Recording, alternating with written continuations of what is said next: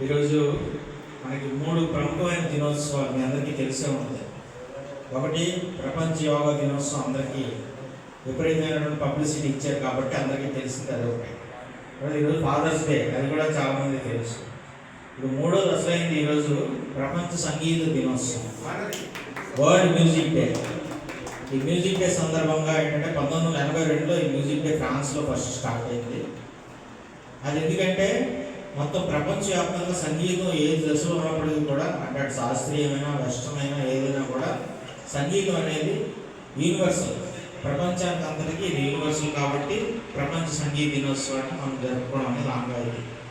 గతంలో ఒక 10 ఏళ్ల క్రితం విశాఖపట్నంలో ఈ ప్రపంచ సంగీత దినోత్సవాలను ఘనంగా కళాభారతి ఆడిటోరియంలోని వివిధ సంగీత సంస్థలు నిర్వహించేవారు. దాన్ని నన్ను గెస్ట్గా కూడా ఇన్వైట్ చేసేవారు. కళాభారతిలో రెగ్యులర్గా ప్రతి ఏటా కూడా, అంటే 3-4 మ్యూజికల్ ఇన్స్టిట్యూషన్స్ ఉన్నాయి విశాఖపట్నంలోని. ఆ మ్యూజికల్ ఇన్స్టిట్యూషన్ ద్వారా మనకి ఏంటంటే ఈ సంగీత దినోత్సవాలు అనేది, మొహిద్దీన్ అని ఒక అతను ఉన్నారు, అతను కళావాహిని అనే సంస్థ ఉంది, ఆ సంస్థ ద్వారా మొహిద్దీన్ అని అతను. తర్వాత సింఫనీ మ్యూజిక్ అకాడమీ అని ఎంఈపీలో ఉంది, నాగరాజు అతని పేరు. అతను కూడా అప్పుడప్పుడు ప్రోగ్రామ్స్ కూడా వస్తుంటారు. మంచి కీబోర్డ్, అంటే వాళ్ళు లండన్ స్కూల్ ఆఫ్ మ్యూజిక్కి సంబంధించి ఎఫిలియేషన్ కూడా ఉంది.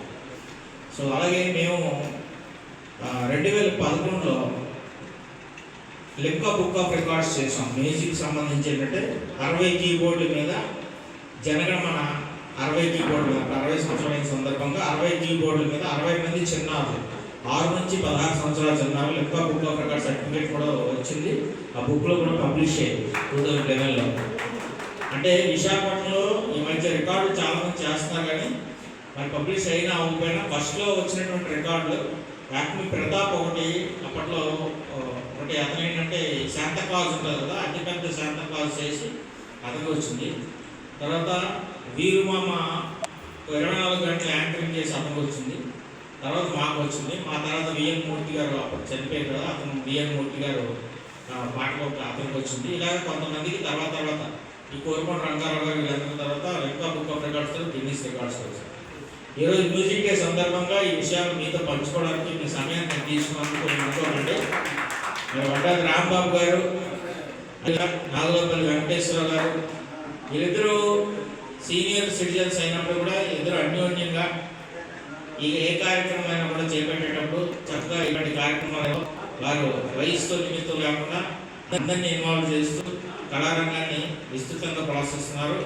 ముఖ్యంగా వరల్డ్ మ్యూజిక్ డే రోజు ఇటువంటి కార్యక్రమాన్ని వడ్డాది రాంబాబు గారు నిర్వహించడం, ఒకసారి వారికి గట్టిగా క్లాప్స్ కొట్టాలి. ఎందుకంటే ఇదే వేదిక పైన రాంబాబు గారు అనేక కార్యక్రమాలు, ఈ వేదిక అసలు ఇంత ప్రాచుర్యం పొందిందంటే దానికి కారణం వడ్డాది రాంబాబు గారు. కాబట్టి శ్యామ్ గారు మీరు ప్రత్యేకించి వీరికి అభినందన తెలపాలి. ఎప్పుడైనా కూడా ఒకసారి మీరు వీరికి సన్మానం చేయాలి. వీరి ద్వారానే ఇటువంటి స్టూడియోస్ అన్ని కూడా సక్సెస్ఫుల్గా ముందుకెళ్తున్నాయి.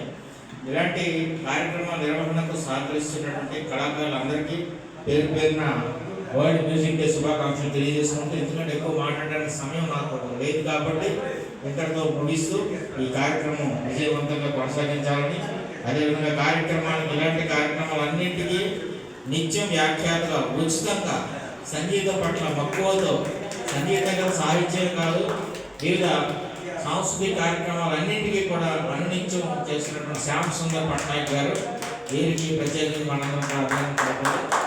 ఈ ఏజ్ కూడా తక్కువ కాదండి, 70+. చూడండి ఎంత ఉత్సాహంగా 70+ అని. ఎందుకంటే అటువంటి వ్యక్తి అంటే ముగ్గురు మోస్ట్ సీనియర్ సిటిజన్స్. అయితే ఏంటంటే వీరందరూ కూడా హాయిగా సంగీతంలోని ప్రతినిత్యం నిమగ్నం అవుతూ అలాంటి వాళ్ళు మంచి సంగీతాన్ని, అదేవిధంగా సాహిత్య రంగంలో కూడా వీరు విశేష కృషి చేస్తున్నారు.